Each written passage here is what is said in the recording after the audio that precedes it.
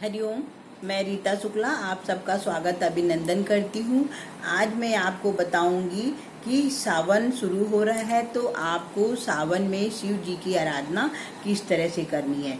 देखो, सबसे पहले तो आपको ये बात समझनी है कि भगवान भाव के भूखे हैं। भगवान को दूध दही ये सब चीज़ों से उतना उनको नहीं है।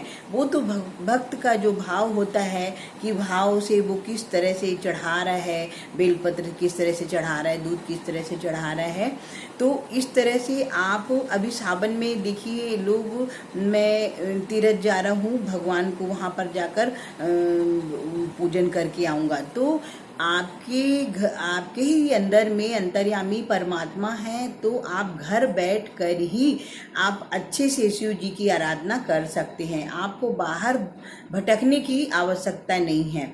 तो सबसे पहले आपको क्या करना है कि हम भगवान के लिए ये करेंगे तो भगवान हमारे लिए ऐसा करेंगे। तो भगवान इस तरह से नहीं है। भगवान सिर्फ ये देखते हैं कि हमारे भक्त ने किस तरह से हमको वो चीज़ अर्पण की है। तो सबसे पहले आपको सावन में ये संकल्प करना है कि प्रभु मैं, वो तो शांत स्वभाव के हैं। शिव जी तो हमारे भोले बाबा एक बूंद जल से ही प्रसन्न हो जाते हैं।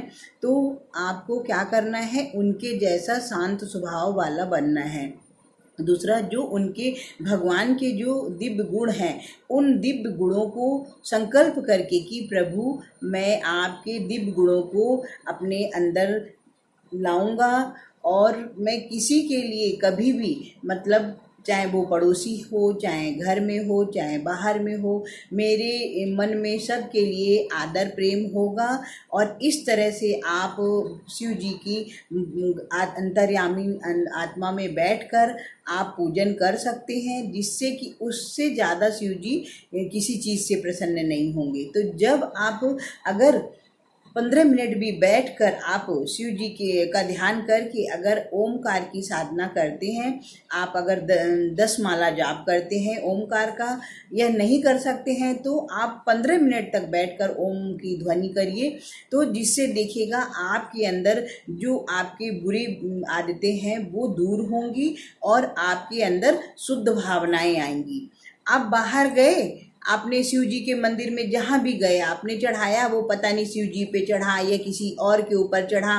तो ये भीड़ भाड़ वाली जगह में आप जाकर क्या आप समझते हैं कि पूजा कर ध्यान लगता है? नहीं, वो तो आप अपने आँखों की प्रसन्नता के लिए, कि आप अपनी आँखों को सुख देने के लिए ही आप बाहर भटक रहे हैं कि चलो भाई बाहर जाते हैं, वहाँ आराधना नहीं होती है। तो आपको ये ध्यान रखना है कि हमारे अंतर्यामी तो हमारे अंदर ही हैं, उनसे हमको वादा करना है कि प्रभु आप छोड़ना है तो आप प्रभु में अपने अंदर जो हमारी बुराइयां हैं उनको हम सावन में या हम शिव जी हम छोड़ेंगे। और इस तरह से आप शिव जी को बहुत प्रसन्न कर सकते हैं। इस तरह से मन से आप भाव से पूजन करेंगे। अगर आपके पास बेलपत्री नहीं है तो कोई बात नहीं है, आप भाव से उनको बेलपत्र अर्पण करिए। कि आपने कहीं दूर जाकर बेलपत्र लेकर आए, बाद में थक गए, अरे मैं तो इतना थक गया, नहीं, ऐसा नहीं करना है। आप खुद तो मोह को कहाँ ढूंढे बंदे, मैं तो तेरे पास हूँ, भगवान कहते हैं ना।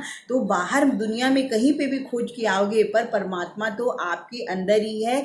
और ये सब चीज़ों से भगवान उतने प्रसन्न नहीं होते हैं जितना कि वो आप जब अंतर आत्मा में ध्यान करते हुए भगवान शिव का ध्यान करेंगे, माता पार्वती का ध्यान करेंगे, हैं शिव परिवार का ध्यान करेंगे, तो उसमें शिव जी बहुत ही प्रसन्न होते हैं। और आप अपने अंदर भगवान की अच्छे गुणों को आप धारण करिए, वो आप शिव जी के लिए बहुत बड़ा मतलब होगा। आप उनके जो पूजन है वो उससे उतनी ही फलदायी होगी जितना कि आप उनको अगर खूब सारा कुछ भी चढ़ाते हैं भगवान, उसमें आप ये सोचते हैं कि हम इतना सारा भगवान में चढ़ा दे रहे हैं, चाहे हम 1.25 लाख वो चढ़ा दे रहे हैं, 1.25 लाख कुछ भी चढ़ा दे रहे हैं, उससे भगवान नहीं। अगर आपके अंदर का भाव अच्छा नहीं है तो भगवान किसी चीज़ को स्वीकार नहीं करेंगे।